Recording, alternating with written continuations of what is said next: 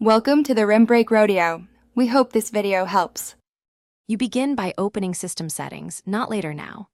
Click the Apple menu, choose System Settings or System Preferences on older Mac OS, then open Network or Wi-Fi. You need to locate the active Wi-Fi network. This is the one you'll rename. If a padlock appears, unlock with your admin password so you can make changes. Once done, make sure you're editing the router's or network service settings and not just a saved network profile in your Mac. Next, access your router's web interface because Mac OS itself doesn't rename router SSIDs. You find the router IP under Advanced Right Arrow TCP/IP or try common addresses like 192, 168, 0, 1 or 192, 168, 1, 1.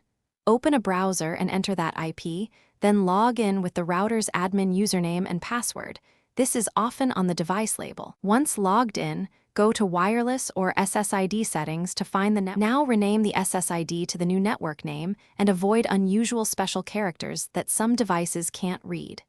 Save or apply the changes in the router interface. The router may restart. On your Mac, choose the new network name from Wi-Fi, enter the password if prompted, and confirm connectivity. If things go wrong, restart the router and your Mac, remove the old saved network from network settings, and double-check WPA/security.